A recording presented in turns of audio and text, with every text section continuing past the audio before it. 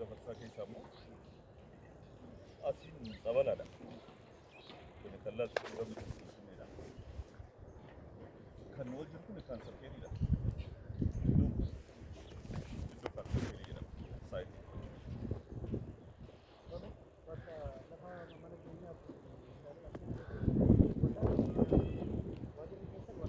Kameruma koo laala asi. Kamera koo laala. Akkuma beekamu waldaan amma isin ilaaltan kun kan amma isin agartan waldaa Abdiwaaq jedhama. Abdiwaaq kun waldaa lamaatu jiru bira adda ba'uu qabu. Isaan kun 2000 fuudhan itti jalata. Biraallee jira. Ganaa lafa.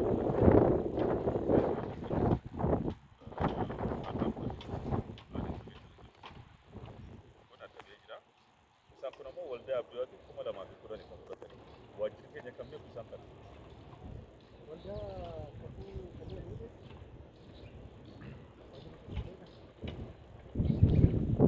Waldaan kan kuni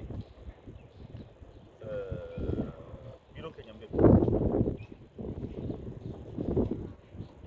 Biiroo keenya waldaa kan kun beeku. Haa ta'u malee qorrannoon isaa maal akka abbootiin alangaa kutaa magaalaa keenyaatti dhimma kana sirriitti qoratan. Qaamni adda addaa dhimma kana qoratee adda baasee. Waldaan kan kuni